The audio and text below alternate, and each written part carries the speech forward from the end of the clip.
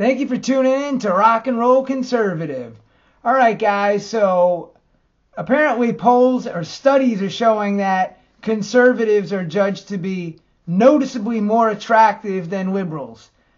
I don't think any of us are really surprised by this. I mean, maybe the fact that they actually did the polls is the only surprising part, but any of us that have actually lived life kind of figured out and have seen that, let's be honest, most liberals are pasty with poor muscle tone, if we're being honest. So it's just kind of the way things are. So got a couple of studies. In fact, we got more than a couple of studies, but we have one right here that's basically talking about politicians specifically, about how conservative politicians have been voted or polled to be more attractive than their liberal counterparts. And, this totally makes sense. I mean, look at the conservative politicians versus the liberal politicians.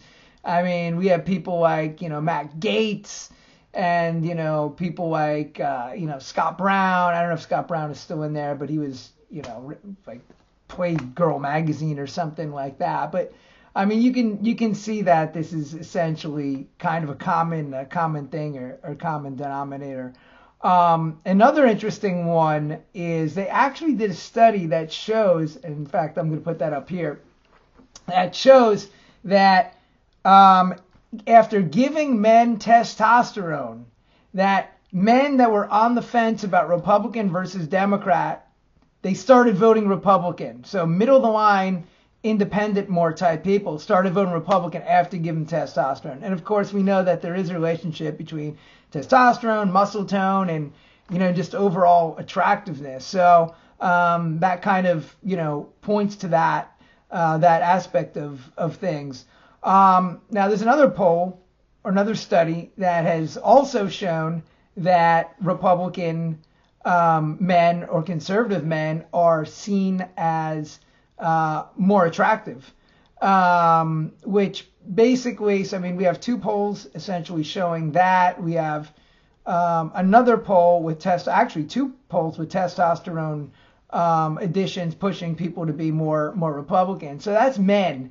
But let's jump into a little bit, just checking out and noticing what celebrities. I mean, who are the conservatives in Hollywood? Are they the, pasty milk tone people? Or, actually they seem to be the people like Sylvester Stallone and Arnold Schwarzenegger and Tom Selleck and Kurt Russell. And, if you were to take a guess, a lot of these other manly men, Chuck Norris is, a lot of these kind of people. Rob Lowe, I've heard is, I don't know, I can't 100%, confirm that. You look at the women, right? You have, the most known and attractive women. People like Heather Locklear, known Republican. People like Bo Derek, known Republican.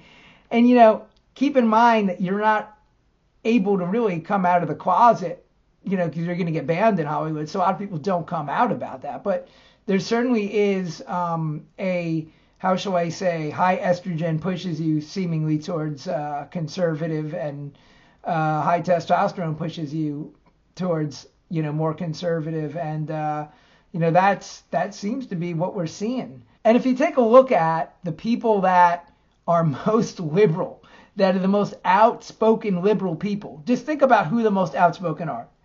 Like Joy Behar, people like Cher, Barbara Streisand, Sarah Jessica Parker. These are not attractive women.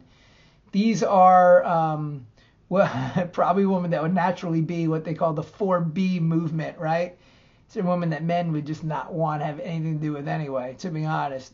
I don't think any of us are really shocked by these findings here. It does, if you've lived life, you've noticed that, generally speaking, the people that are attractive. The other thing, actually, that was really noticed and pointed out in here is happy people. Happy people are much more likely to vote conservative. And, they try to come up with all this, mumbo jumbo and this lame fake reasoning for why that is, saying, oh, well, if you're good looking, you've had an easier life and stuff like that. But it has nothing to do with that. If you're not looking to advance society, you're not happy.